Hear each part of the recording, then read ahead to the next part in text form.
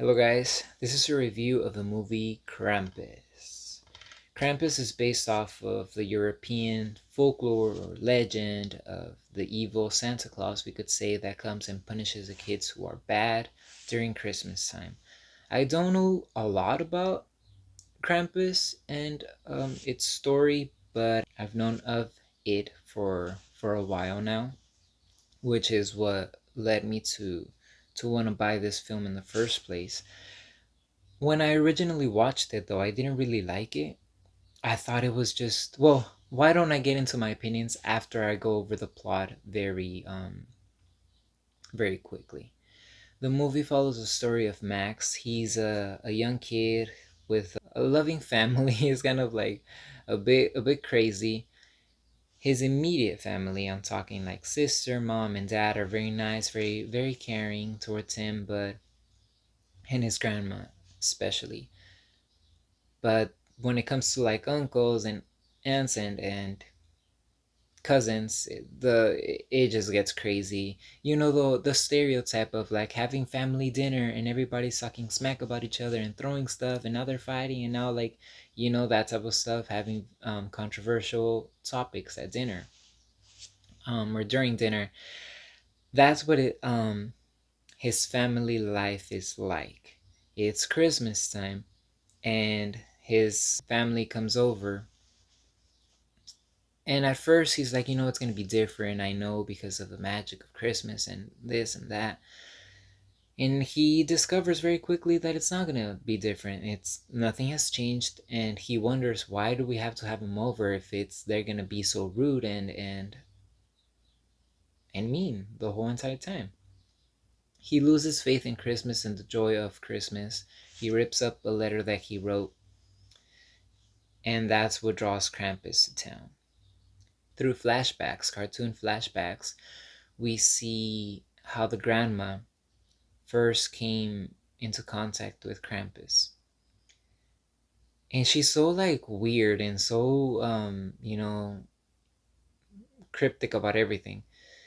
But we see that she was also a young girl once, with her family, who fought and fought and fought, and not just her family but the whole town.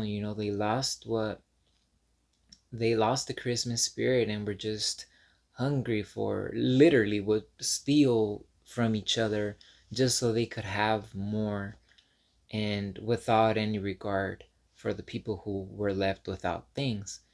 And it wasn't even about things, so that's the whole point. At one point, the little girl starts hating everyone and everything, and just wishes that nothing they didn't exist or something like that. So Krampus goes and kills everybody and leaves her a little Christmas ornament with his name, Krampus, on it. Like I said, as a reminder to not forget about Christmas and the joy of life. She tells him a little too late, and Krampus and his evil minions start wreaking havoc in the house. And in the very end, Max pleads and begs Krampus to just please, like, I take it back. I just want Christmas to be like it was before. And then he awakens the next day, and everything seems to be going well, right? He sees his family is alive. Everything is back to normal. Christmas, there's no more storms. But he opens up a gift, I think. That's when he sees the Christmas ornament with the name Krampus, and everybody starts looking like lost. And it's giving me chills. Have you guys watched the movie? I hope you have. It's really creepy, honestly. That's probably the creepiest part. The film, the second time around that I watched it, I've only watched it twice. Because, like I said, I didn't really like it the first time. Or maybe three times. But I didn't like it the first time that I watched it. But now, I kind of submerged in the whole Krampus Christmas environment, and I felt it a little better. One of my problems with the movie is it's the pace and the amount of information that it puts in. It has no business being as long as it is. I mean, I haven't even. Let me triple check how long it is. Let's see if I could find it. 1 hour and 38 minutes. It does not feel like an hour and 38 minutes. I thought it was 2 hours or maybe even more. It feels so long because the pace is kind of slow and it adds like, okay, let's go up to the attic. Very slow. And instead of like, once you already show us the talking cookie, what else is there to scare me with the like, what I'm actually thinking, did I, well, sorry, no, I thought, did I already review this movie? Because I feel like I've already talked about this, or probably with somebody else, um in person, obviously. But yeah, that's one of my main problems, is that it includes a lot of things that it doesn't need to include. Like, just make it a little bit faster. Once, I love how it made it about very like, ooh, what is that sound? What is this? And the scariest creature there is Krampus.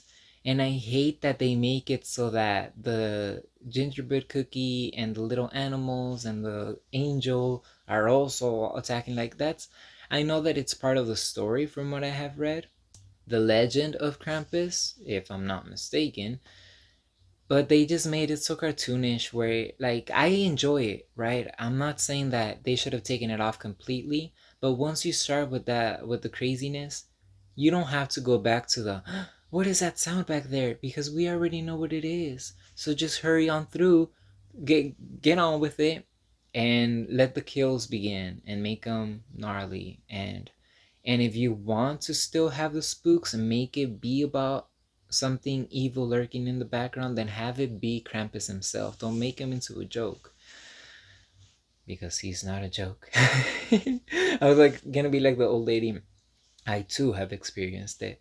Thankfully not. Thankfully not. But aside from that, I, like I said, I actually enjoyed it a lot more this time around. Um, it's funny.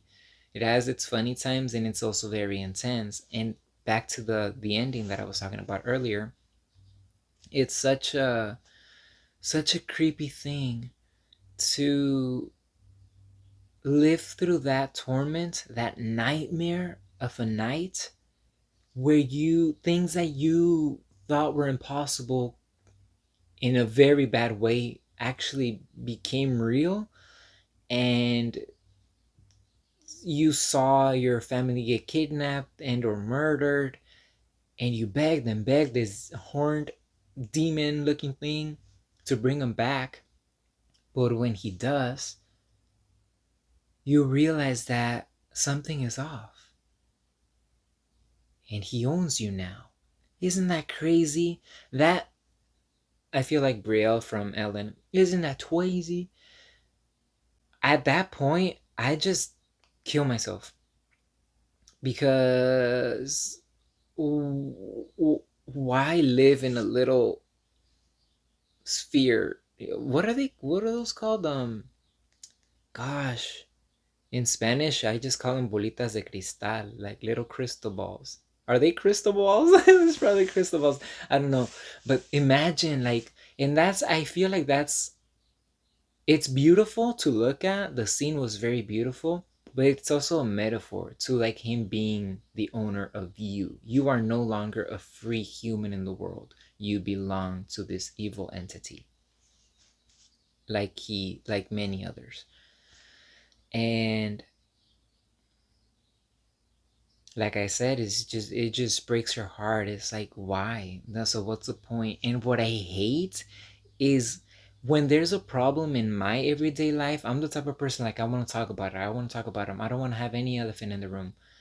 I want to talk about things. I don't want to just leave them like that, unless speaking out equals more distress. Um, but other than that, I like to talk about things. So it leaves me wanting to do something about it. To see him look at that thing, and then everybody is just acting like they know that's not them. It's just the shells of who they are. It's crazy. I want to give them a hug, and I want to be like, hey, you have blood flowing through your veins. You're real, but they're not real. Did this impact you guys as much as it did me? Because I know the first time I watched it, I thought it was creepy, of course, but it, like, right now, I feel like I don't know. I don't know. It's scary. It's scary for sure. And I know that for a lot of people, especially those that have this stigma, oh, I'm not scared, I'm a brave man or woman or whatever. They don't like to open themselves up to this, but I invite it. I invite it because as a horror movie watcher, enthusiast that I am, I don't always want to just not be scared. So I open my heart out, not too much, because then if you're living in fear in your own house, you're like, I don't want to go to the bathroom. That's ridiculous. It's fun, but it's ridiculous at my age. So um for those people, they might see this as a comedy film because it has a lot of comedy. True. But if you actually, like I said, if you open your heart to it and put yourself there in Max's shoes, you'll see how terrible, how creepy, how evil, how dark. And I could think of a million more synonyms because it's a really, really unnerving thing to experience. I could only imagine, really. I know that there's been times with my family or friends where I talk to them and they don't you sometimes feel like, hey, something's a little bit off. What's going on? And you want answers, but you don't want to be rude or you don't want to trigger something, so you just stay quiet. I hate that because, like I said, I like to talk about things. So when I know that something's off, it could be a million things. How do I know you're not possessed by the devil?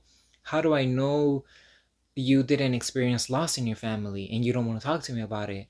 How do I know you weren't cheated on? How do I know you weren't beat up? How do I know you don't know? So sometimes your worst nightmare doesn't even compare to reality. Like in this movie, for example, where Max, now he has no life. Now, like, what was it all for? Where's God? Why did he allow this to happen? It's crazy. I guess that's what I really want to talk about the most because the ending is just crazy. The whole entire movie, though, like I mentioned earlier, it does play very fun, with the exception of those few scenes here and there that are very extra and completely unnecessary, in my opinion. The acting is good. I think that they really knew what they wanted. The creator of the film knew what he wanted or what they wanted, and the entire production team also knew what they wanted, and cast members were there on point with everything. I don't like contradiction in terms of where the movie should have went and how it was executed. And in this case, they knew that they were in a comedy horror movie or a dark comedy slash horror movie, and they did what they could with it, and they did amazing. And I don't mean that in a no. I respect horror movies even more than other movies that are supposed to be really good. So I don't mean it in that way. I just mean that there are horror movies that are supposed to be very serious, very straightforward, and there are movies that are gonna be a lot more playful. And this one, they play with everything that they were given the right way. They don't abuse of the comedy. They don't look silly trying to, give that, pull off the one liner that Freddy Krueger might have in his movies. But yeah, I would recommend Krampus. Matter of fact, I think anybody could watch it because it's I mean I don't even know, PG-13. Yeah, it makes sense. It's fine. It's appropriate, I would say. I mean, I'm not here to say if it's appropriate or not. It's just my opinion. And I would definitely recommend it for anybody who wants to watch something this Christmas season and are in the mood for something spooky. Anyway, that's it for this one. Thank you for watching.